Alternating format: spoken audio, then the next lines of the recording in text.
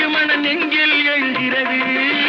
கண்ணில் நீர் பெருக சீதை நின்ற நிலை கண்ணில் தெரிகிறது.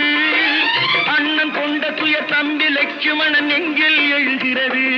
அது பாசமன்றோ இது வேஷமன்றோ, அது பாசமன்றோ இது வேஷமன்றோ.